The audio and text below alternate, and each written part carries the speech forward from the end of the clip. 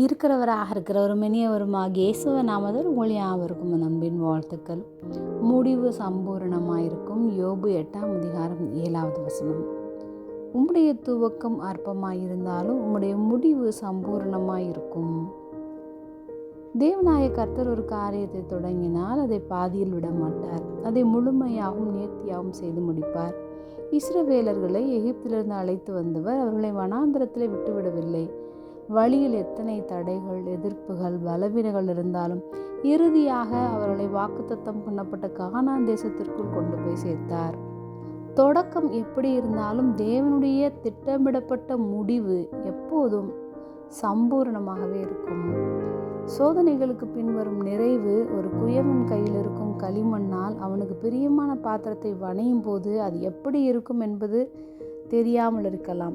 ஆனால் செய்து முடிக்கும் போதுதான் அது அழகான வடிவமைப்பை பெறும்.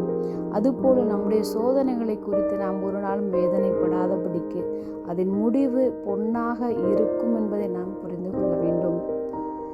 இஸ்ரவேலர்களின் 40 வருட வனாந்தர பயணமும் அது அவர்களை அழிப்பதற்காக அல்ல, அவர்களை புடமிட்டு தகுதிப்படுத்துவதற்காகவே.